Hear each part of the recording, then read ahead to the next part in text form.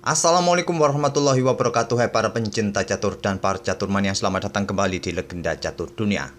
Kali ini saya kasih gamenya Magnus Carlsen kawan, agar para penggemar LCD yang merequest gamenya tidak kecewa, nanti biar tidak protes sama admin.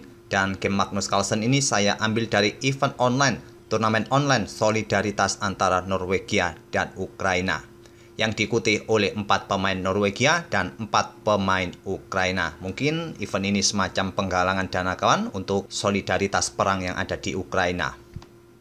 Event ini kebetulan berbarengan dengan Champion Chess Tour Oslo Esport Cup minggu yang lalu kawan, dan inilah hasil turnamen amal atau solidaritas itu. Carlsen mendapatkan 2 poin dari 2 kali kemenangan dan 2 kali kalah dari 4 game. Di urutan pertama, kedua, dan ketiga semua pemain Ukraina. Dan game yang saya pilih ini adalah game pada babak kedua antara Carlsen melawan Alexander Moisenko. Langsung kita ke atas papan kawan. Dan game ini merupakan permainan rapid 10 menitan. Untuk incrementnya kawan saya kurang jelas juga. Pasti tersekitar 5 ataupun 10 detikan. Di sini Carlsen pegang putih mengawali dengan pembukaan Inggris pion C4. Dibalas dengan variasi pion raja atau King Inggris pion E5. Pion E3 untuk membuka diagonal terang ataupun mendukung pion D4-nya. Pion C6, pion D4, di sini gajah B4 lanjut Moisenko melanjutkan pengembangan dengan tempo skak ditutup oleh gajah dan menantang pertukaran gajah langsung di langkah keempatnya. Langsung diterima oleh Moisenko, dipukul balik oleh Carlsen dengan menteri. Agar menterinya ini langsung aktif kawan, nanti jika memungkinkan kuda berkembang dan bisa langsung melanjutkan rokade panjang. Di sini pion D6 memperkuat posisi pion E5-nya, membuka diagonal terang bagi pengembangan gajah ke E6 ataupun ke peta F5 ataupun ke peta G4 bisa jadi. Di sini kuda C3. Kenapa Carlsen tidak langsung bermain seperti ini kawan? Pion pukul pion, dipukul balik dan merusak kesempatan hitam untuk rokade. Tak ada masalah kawan, hitam tidak mempunyai kesempatan rokade lagi. Raja siap bersembunyi di peta gelap di peta C7, gajah berkembang, kuda ke peta D7, kuda F6, kedua beteng pun juga siap untuk keluar ke lajur-lajur pusat. Tak ada masalah juga bagi hitam bermain tanpa mempunyai kesempatan rokade lagi. Carlsen hanya melanjutkan pengembangan perwira kuda C3, kuda F6 persiapan rokade pendek, gajah D3, di sini rokade oleh Moisenko. Kuda G berkembang ke E2, beteng E8, dan Carlsen rokade pendek juga di langkah ke-9-nya. Pion E4 lanjut hitam untuk mendapatkan penguasaan ruang dengan pionnya kawan. Mengawal petak-petak terang ini, posisinya sekarang mengancam gajah. Gajah mundur ke C2, sekarang pion D5 memperkuat posisi pionnya. Pion C pukul pion D5 lanjut Carlsen, dipukul balik menggunakan pion C untuk mengosongkan petak juga bagi pengembangan kuda. Mungkin di petak C6 sekarang Carlsen menantang pertukaran pion untuk membuka lajur F kawan. Langsung diterima. Tak ada pilihan lain kawan, langkah terbaik lainnya selain pukul pion ini. Walaupun ditahan untuk melanjutkan pengembangan perwira, ambil contoh kuda ke C6 ini, ya Carlsen lah yang akan membuka lajur F ini kawan. Dan jika dilanjutkan, dipukul balik oleh pion D, kuda akan ke G3 dan memberikan pressure bagi pion lemah ini kawan, pion yang sendirian di peta E4. Jadi tak ada langkah terbaiknya selain langsung menerima pion E pukul pion F3 ini. Dipukul balik oleh beteng dan Carlsen mempunyai lajur F sekarang yang sudah terbuka atau semi terbuka. Nanti diikuti beteng satunya juga siap didouble. Di sini gajah G4. Beteng F4, selanjutnya adalah gajah pukul kuda E2. Kembali menukarkan gajahnya kawan, sekarang hitam hanya bermain dengan sepasang kuda melawan gajah plus kuda. Pada posisi ini tadi kawan, Stockfish 14 menyarankan hitam bermain dengan langkah kuda B berkembang ke D7, melanjutkan pengembangan, tak perlu terburu-buru untuk melakukan pertukaran. Ini adalah pilihan terbaik. Tapi di sini tadi Moisenko langsung bertukar gajah pukul kuda di E2 ini. Dipukul balik oleh Carlsen menggunakan menteri. Selanjutnya kuda B berkembang ke D7. Ini beda lagi kawan. Sekarang malah pengembangan kuda merupakan langkah yang tidak akurat. Menteri ke peta E7 juga bisa jadi pilihan untuk memberikan pressure bagi pion E3 ini. Mungkin balasan berikutnya adalah beteng putih ini siap digeser ke pusat. Mungkin itulah balasan yang realistis bagi putih untuk memperkuat posisi pionnya dari ancaman 2 perwira hitam ini kawan. Tapi di sini tadi Moisenko lebih memilih melanjutkan pengembangan kuda B ke D7. Selanjutnya adalah beteng ditumpuk di lajur F oleh Carlsen. Menteri ke E7 memberikan pressure bagi pion E3. Sekarang beteng F1 naik ke F3, memperkuat posisi pion, juga dengan opsi nanti bisa digeser ke lajur G ataupun ke lajur H. Beteng A bergeser ke C8, menempati lajur C yang sudah terbuka penuh kawan. Jika nanti ada kesempatan bisa menusuk lewat belakang di sini dan dijawab dengan pion G4. Ingin mengusir kuda ini kawan. Setelah nanti pion didorong mengusir kuda, apakah beteng ini juga mempunyai opsi juga digeser ke lajur H dengan dukungan gajah, tentu bisa merepotkan bagi hitam? Jawaban hitam berikutnya adalah beteng bergeser kembali ke F8. Untuk memperkuat posisi pion F7-nya kawan, nanti juga pion siap didorong, lajur F terbuka, pion F7 jadi sasaran berikutnya oleh putih. Karena betengnya sudah bertumpuk, langsung menuju peta F7. Selain juga mempunyai opsi ke lajur H nanti.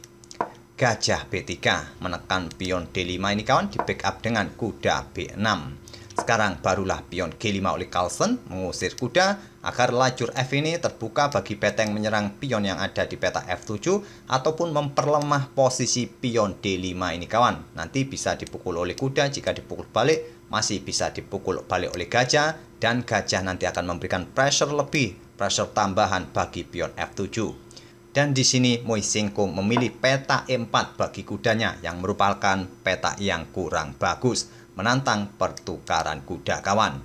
Peta yang bagus adalah peta H5 dengan tempo mengancam beteng. Beteng kemungkinan akan diangkat naik dan hitam bisa memainkan pion G6-nya, memperkuat posisi kuda, juga mengusir beteng. Mungkin beteng akan digeser untuk mengancam menteri. Menteri ya simpel tinggal bergeser saja, tak ada masalah kawan. Memang posisi putih masih lebih baik, tapi paling tidak membuat posisi hitam semakin hancur. Di sini tadi setelah kuda E4 oleh Moisenko untuk menantang pertukaran kuda, Carlsen langsung meladeninya, dipukul balik oleh pion. Dan coba lihat kawan, diagonal terang ini otomatis sekarang terbuka bagi gajah ataupun kedua beteng mengincar pion F7 ini. Jika nanti ada kesempatan, menteri ditumpuk juga di lajur F, semakin berat tekanan yang akan diterima di lajur F ini bagi hitam. Di sini, Carlsen memilih untuk melakukan pukulan terhadap pion F7 langsung, tidak memperdulikan langkah pion pukul betengnya. Karena kenapa kawan, jika hitam melanjutkan seperti ini, maka hitam sudah tidak mempunyai kesempatan lagi untuk ambil menteri putih. Beteng akan pukul menteri hitam dengan tempo skak, dan coba lihat, pion hitam sudah tidak bisa ambil menteri putih ini. Oleh karena itu pada posisi ini Moisenko pilih pukul balik dengan betengnya, dipukul balik oleh beteng putih menyerang menteri. Menteri ambil pion G5 skak. Jika berani kawan, menteri pukul beteng, dipukul balik oleh gajah, dipukul balik oleh raja, tetap saja beteng plus kuda tidak bisa mengimbangi permainan menteri. Jadi pada posisi ini tadi Moisenko lebih memilih untuk ambil pion G5 skak, raja ke H1, dan di sini raja bergeser ke H8 terlebih dahulu untuk menghindari discover check atau open skak. Karena jika langsung melakukan skak dengan beteng C1 kawan, beteng ini bisa memblokadenya dengan tempo skak juga, beteng hitam tewas. Oleh karena itu, raja bergeser ke peta H8 terlebih dahulu menghindari ancaman open skak. Diantisipasi dengan menteri F1 untuk mendukung betengnya bergerak ke F8, skak dipukul oleh beteng, dipukul balik oleh menteri skakmat, juga mengawasi peta C1 atau baris belakangnya ini. Menteri hitam mundur ke D8, membantu backup peta F8 ini, menteri putih G1. Menurut Stockfish, langkah ini kurang agresif. Langkah yang bagus bagi putih pada posisi ini bisa bermain dengan gajah bergerak untuk mengancam beteng.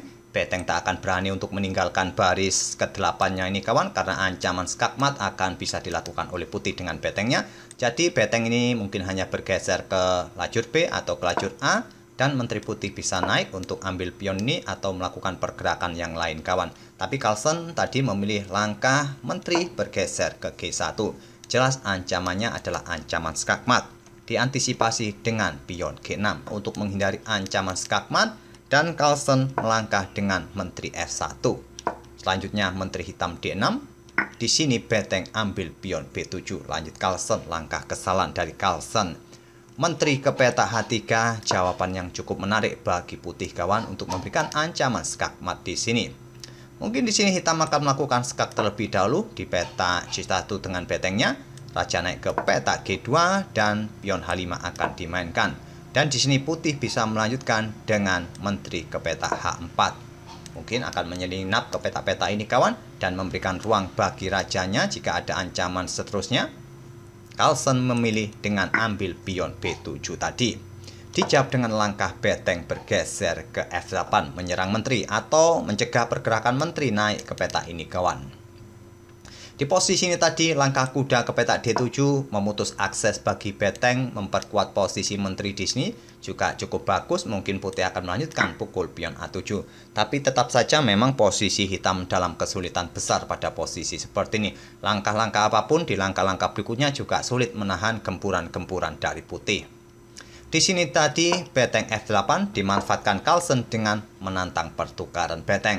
Ditolak beteng bergeser ke C8, Carlsen pukul pion A7. Selanjutnya kuda ke D7, sekarang menteri ke F7. Mungkin di langkah berikutnya persiapan ambil kuda ini kawan, dan di sini menteri bergerak ke peta B4 meninggalkan kudanya. Kalau sekarang di backup dengan beteng di sini kawan, ancamannya skakmat 4 langkah. Beteng akan tetap pukul kuda. Jika dipukul balik oleh beteng, tentu ancaman skakmat 1 langkah. Jadi pasti dipukul balik oleh menteri. Di sini menteri akan ke F6 skak. Dan tak ada cara lain selain menutupnya dengan menteri di peta G7. Menteri putih ambil beteng skak. Dan tak ada cara yang lain untuk menutupnya dengan menteri di sini dan skak mat. Itulah kenapa pada posisi seperti ini tadi kawan, setelah beteng, maksud saya menteri bergerak ke peta F7 ini, yang merupakan langkah yang kurang akurat menurut engine. Tapi langkah ini cukup bagus sebetulnya, juga sedang mengincar kuda. Dan di sini tadi menteri meninggalkan kudanya, melepaskan kudanya. Disikat oleh beteng ancaman skakmat 1 langkah. Terlebih dahulu menteri ke E1 skak, mencoba mengejar rajanya Carlsen. Raja naik ke G2, tak ada pilihan. Menteri ke E2 skak. Raja ke G3, menteri ambil pion skak, mencoba mengejar raja putih kawan. Di sini raja naik ke G4, pion H5 skak. Melakukan skak di sini juga lebih bagus daripada dengan pion kawan. Ini memaksa raja mungkin akan bergeser ke peta H4 dan bisa dilanjutkan dengan menteri ambil pion skak dan seterusnya, tetap mengejar posisi raja putih tadi. Tapi di sini tadi setelah raja naik ke peta G4, pion H5 dimainkan oleh Moisenko dan di sini raja bergeser ke H4. Pion G5 skak, melepaskan pion H5-nya, diambil oleh raja. Menteri ke H3 skak, terus mengejar raja putih. Raja ambil pion G5. Menteri G2 skak, raja ke F6, beteng C6 skak, ditutup oleh gajah di E6. Selanjutnya menteri ke F2 skak. Di sini raja ke E7. Di posisi ini kawan, Moisenko menyerah. Sudah jelas kawan, sudah tidak mempunyai kesempatan melakukan skak yang efektif lagi. Tinggal 1 peta lagi untuk melakukan skak di sini di peta H4 dan kemungkinan akan ditutup oleh menteri dan menantang pertukaran menteri di sini kawan. Dan dengan komposisi seperti ini sulit bagi hitam berharap remis apalagi menang. Hanya menyisakan 1 pion dan beteng, cukup mudah untuk menghancurkan pion seperti ini. Oke, itulah kawan salah satu permainan Magnus Carlsen saat berbarengan dengan turnamen Champions Chess Tour dalam event solidaritas antara pemain Norwegia dan Ukraina. Semoga permainan dari Carlsen tadi bisa mengobati rasa rindu kalian terhadap permainannya Carlsen dan kita akan bertemu di video-video berikutnya. Terima kasih. Wassalamualaikum warahmatullahi wabarakatuh.